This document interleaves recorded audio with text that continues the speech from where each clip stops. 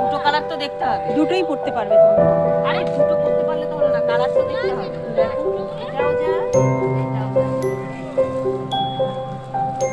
আচ্ছা কি দাম চাইছেন? শুনতে চাইছিলাম দাম। এটা কত গো?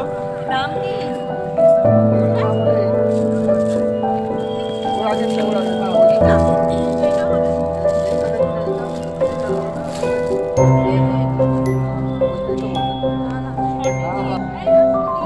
এই তো